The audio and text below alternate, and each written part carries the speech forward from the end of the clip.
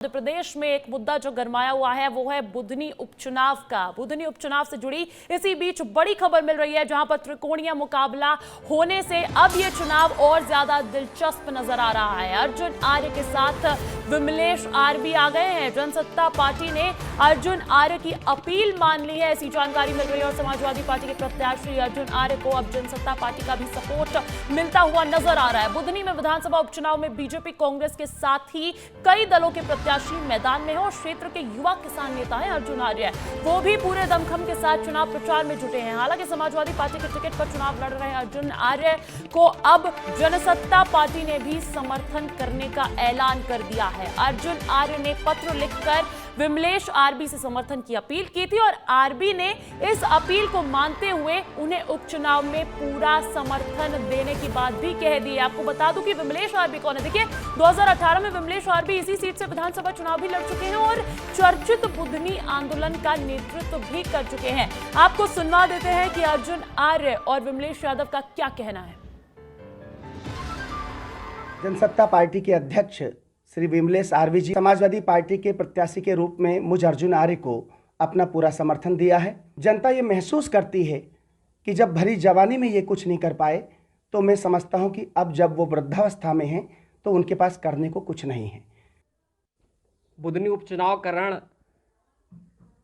बहुत ही महत्वपूर्ण है और इस चुनाव में हमारे भाई श्री अर्जुन आर्य जी ने मुझसे अपील की थी, आप मेरे साथ आइए, ऐसा निवेदन उन्होंने मुझसे किया था और इस आवेदन को मैं मानते हुए पूर्ण रूप से उनको इस चुनाव में समर्थन करता हूं। तो देखिए, कुल मिला के कहानी इतनी है कि समाजवादी पार्टी ने आवेदन किया था जिस पर जनसत्ता पार्टी की मुहर लग गई है। विवेक पांडे मेरे सहयोगी भोपाल से जुड़ गए हैं। विवेक, जनसत्ता पार्टी की एंट्री, समाजवादी पार्टी की मजबूती और अब बुधनी उपचुनाव की जंग त्रिकोणीय नजर आने लगी है। देखिए, सबसे महत्वपूर्ण बात है कि अर्जुन आर्य जो पहले कांग्रेस के थे, अब वो समाजवादी से उम्मीदवार हैं और अर्जुन आर्य वहाँ पे लंबे समय से आदिवासियों की लड़ाई लड़ते आ रहे हैं। ऐसे में अगर किसी चौथे व्यक्ति का उनको समर्थन मिलता है तो बुधनी में ये कहना गलत नहीं है कि बुधनी में अब ट्रायंगल बनता हुआ पॉलिटिकल ट्रायंगल बन रहा है, क्योंकि एक तरफ रमाकांत भार्गव है। रमाकांत भार्गव को टिकट दिए जाने से जो शिवराज सिंह चौहान के खेमे के लोग हैं वो थोड़े नाराज़ हैं और ये कह रहे हैं कि कार्तिकेय सिंह चौहान को वहाँ से टिकट देते तो बेहतर होता। और राजकुमार पटेल कांग्रेस से कई बार चुनाव लड़ चुके हैं, हार चुके हैं, एक बार के विधायक भी हैं, वो भी चुनाव मैदान में है। अर्जुन आर्य इन दोनों की लड़ाई में अब एक नई जगह तलाश चुके हैं और अर्जुन आर्य दिग्विजय सिंह के कहने पर कांग्रेस में शामिल हुए थे और पार्टी में उपेक्षा का आरोप लगाते हुए वो समाजवादी पार्टी में ज्वाइन हुए और समाजवादी पार्टी ने तत्कालीन उनको टिकट दे दिया। सबसे महत्वपूर्ण बात है कि अब बुधनी की जनता इन तीन प्रत्याशियों में से किसे विजय बनाएगी, क्योंकि दीपावली का त्यौहार निकल गया है। फिर से बुधनी में पॉलिटिकल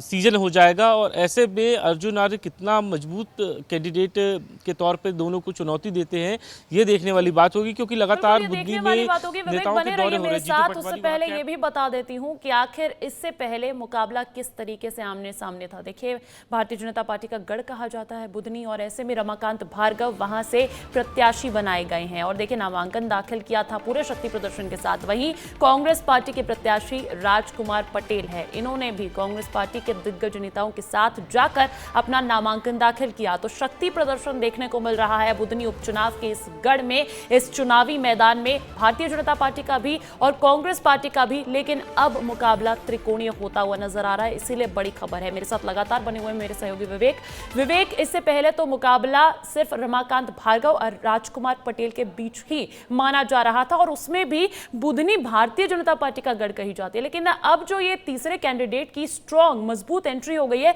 तो क्या इससे वोट कट सकते हैं? देखिए अंजलि, 21 साल तक शिवराज सिंह चौहान जो कि मध्य प्रदेश के पूर्व मुख्यमंत्री रहे हैं और अब केंद्रीय कृषि मंत्री रहे हैं और 21 साल तक वहां तक बुधनी की जो जनता है उनको जिताती आ रही है।